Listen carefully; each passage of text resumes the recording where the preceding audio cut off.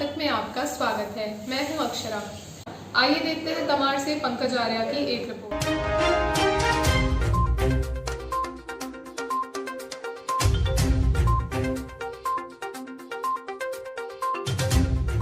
नमस्कार, जोहार, आदाब, सत श्री अकाल, good evening India, good evening Panch Pargana, good evening Jharkhand, good evening Tamar. मैं पंकज आर्या फिर एक बार आप लोगों से रूबरू हो रहा हूं और मैं आपको बताऊं कि आर्या न्यूज झारखंड के इस खास पेशकश में आज आपको हम दिखा रहे हैं किस तरह से पांच परगना के किसान, पांच परगना के मजदूर परेशान हैं।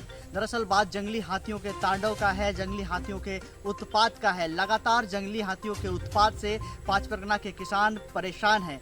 आए दिनों देखते हैं कि जंगली हाथियों के तांडव ने पांच परगना के किसानों का जीना मुहाल कर दिया है। इसी कड़ी में इन दिनों तमाड़ प्रखंड के कुरकुट्टा पंचायत के झीलिंग सेरेंग क्षेत्र में हजारों एकड़ की जमीन में खेती की गई है, धान की खेती की गई है, वर्ष भर की खेती की गई है। ज़्यादातर इधर के जितने भी लोग हैं, इस क्षेत्र के पांच परगना के जितने भी लोग हैं, धान की खेती पर आश्रित हैं। साल भर में इंद्र देवता की मेहरबानी पर बारिश पर आश्रित होते हुए धान की खेती की जाती है। अगर सही बारिश, सही मानसून ना हो तो ऐसे में धान की खेती बेकार हो जाती है। जब इस वर्ष अच्छी मानसून हुई है, ऐसे में पांच परगना के किसानों के चेहरे में खुशी देखने को मिली और बड़े तन मन से, बड़े मेहनत से अपने अपने खेतों में उन्होंने खेती की है। लेकिन हुआ क्या है, ऐसे हो रहा है कि जंगली हाथियों का झुंड लगातार पांच परगना क्षेत्र में विचरण कर रहे हैं और इसी कड़ी में झीलिंग सेरेंग के हजारों एकड़ में फैली इस धान की फसल को पूरी तरह से बर्बाद कर चुके हैं। आपको मैं बताऊं कि आए दिन जंगली हाथी धान की फसल को बर्बाद कर रहे हैं और इसके साथ ही साथ जब किसान अच्छे तरीके से खेती करके बाहर आते हैं, खेती करने के बाद जब धान को घर लाते हैं, पुआल को रखते हैं, धान को रखते हैं, उसे भी ये जंगली हाथियों का तांडव नहीं बख्शता है और लगातार धान को लेकर और इस तरह के अनाज को लेकर जंगली हाथी का आक्रमण इस क्षेत्र में बने रहता है। इससे भी जब उनका जी नहीं भरता है तो वैसे में वो घर को तोड़ते हैं, लोगों की जान माल पर भी एक तरह से कहा जाए तो बहुत तरह से आघात आता है और कई लोगों की इसमें जान भी जा चुकी है। इस रिपोर्ट में आप देख सकते हैं कि किस तरह से बहुत बड़े एरिया में खेती की गई थी और इसको जंगली हाथियों ने पूरी तरह से बर्बाद कर दिया है। और यहाँ के किसान, कुरकुट्टा पंचायत के झीलिंग सेरेंग के किसान लगातार इस बात को लेकर बहुत ही परेशान में हैं और बहुत ज़्यादा मायूस दिखाई दे रहे हैं। ऐसे में सवाल तंत्र से उठता है, सरकारी तंत्र से उठता है, प्रखंड प्रशासन से उठता है, वन विभाग से उठता है। आखिर कब तक जंगली हाथियों का तांडव क्षेत्र के किसान झेलते रहेंगे और आप अपनी मनमानी करते रहेंगे?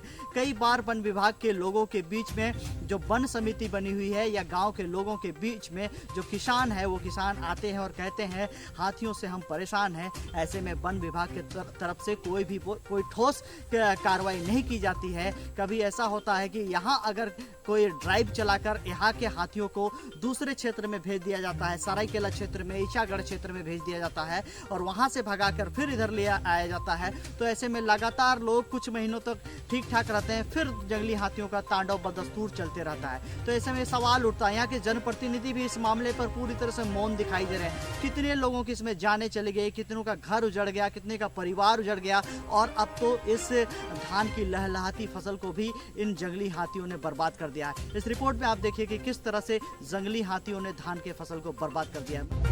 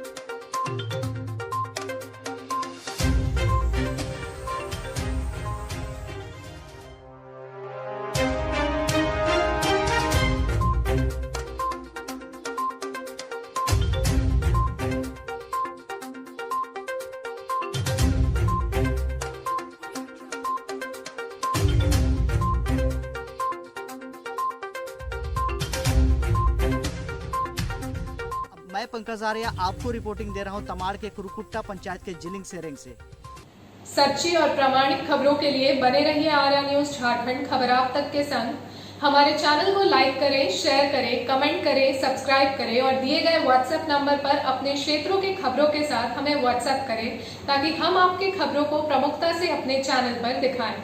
अब दीजिए मुझे इजाजत, कल फिर मिलेंगे एक ऐसी नई खबर के साथ। तब तक के लिए नमस्कार।